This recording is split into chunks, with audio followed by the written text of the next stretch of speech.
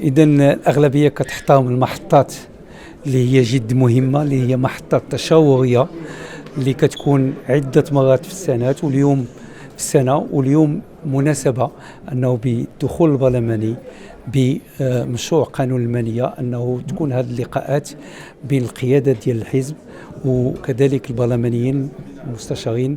وهذه مناسبة أنه طرحنا فيها يعني الجديد اللي جاء في قانون المالية، وتكلمنا عن الإنجازات الكبرى اللي قامت بها الحكومة. فلا بد ما نذكروا بأنه يعني هذا القانون المالية جاب واحد التحسين ديال الدخل ديال المواطنين، لأنه ما يخص لامبو سور لو ريفوني يعني الضريبة على الدخل كاين واحد النقص اللي غادي يخلي أنه إمكانيات أكثر تمشي للمواطنين إن شاء الله، وتمشي حتى لي روتريتي.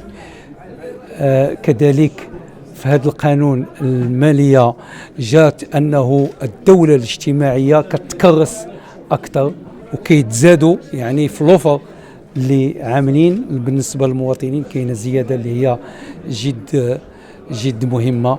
والاستثمارات هي في صلب المعادلة باش يعني نواجهوا الإشكالية ديال الشوماج اللي مطروحة.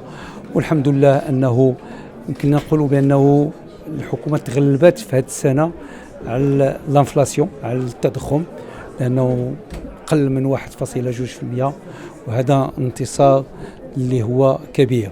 إذن كانت مناسبة باش نتكلموا على هذا الشيء، وكانت مناسبة كذلك باش نقولوا بأن كاين واحد لا ميزور اللي هي كبيرة بزاف اللي كتهم المدخول ديال التي في اللي كان كيتخصص فيه 30% يعني الإدارة الترابية المجالية ليكومين والمدن وداك الشيء. واليوم هذيك 30% غادي تدوز ل 32% ديال لي غوسيت غادي يمشيو لهاد لي كومين، وهذا غادي يحسن المردودية والعمل ديال يعني الجماعات بالنسبة للمواطنين، وهذا شيء جد إيجابي.